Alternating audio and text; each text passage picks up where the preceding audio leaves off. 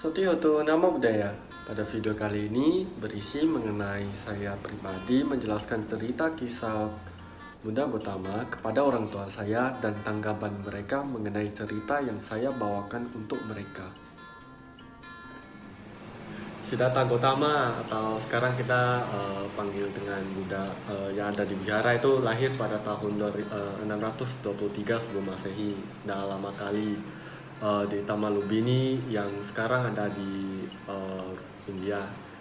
Siddhartha itu diramal oleh satu petapa yang bernama Petapa Asita bahwa dia akan menjadi seorang raja yang sangat hebat sekali atau menjadi seorang Buddha.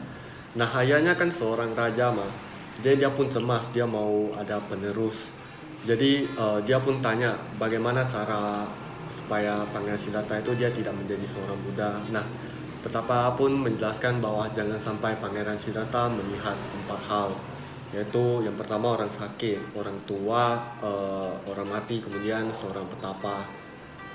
Nah, Raja Suddhodana pun berusaha biar Pangeran Siddhartha tidak melihat 4 hal itu. Jadi Pangeran Siddhartha itu dijaga,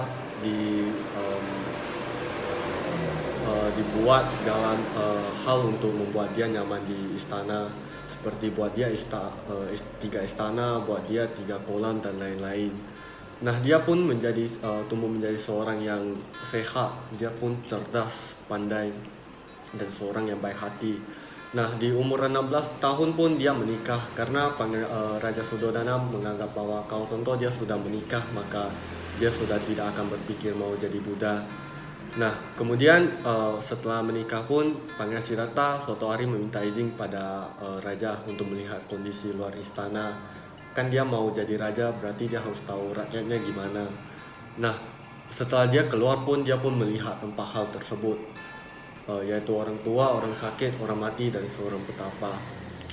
Nah, saat pada umur 29 tahun pun anak pertamanya keluar, yaitu yang bernama Rahula. Nah, dia pun meninggalkan istana, tahtanya, keluarganya untuk mencari obat. Dia pun bertapa dengan berbagai guru, ada 2 guru yang terkenal saat itu.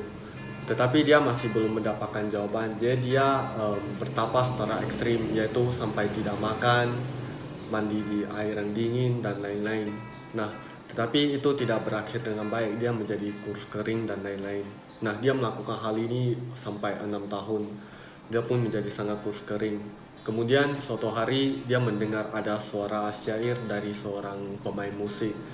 Dia pun mengatakan bahwa apabila senar itu dikencangkan maka dia akan putus.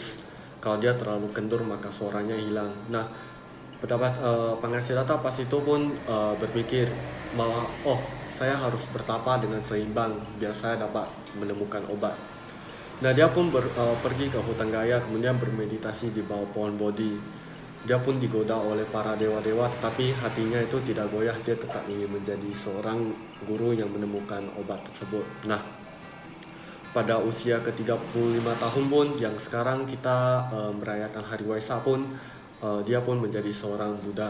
Nah, sang Buddha pun menyebarkan ajarannya itu dan diikuti oleh banyak siswa-siswa sampai sekarang. Setelah saya bercerita mengenai kisah hidup Buddha Gautama, ibu saya berpendapat bahwa dia sangat kagum pada Buddha Gautama karena dia sampai rela meninggalkan segalanya hanya untuk mencari obat untuk tua, sakit, dan mati. Dia juga berpendapat bahwa untuk merelakan hal-hal tersebut, mulai dari tahta, istri, anak, keluarga, bahkan kerajaannya pun sudah sangat sulit, sehingga dia sangat kagum pada sosok Buddha Gautama atau Pangeran Siddhartha.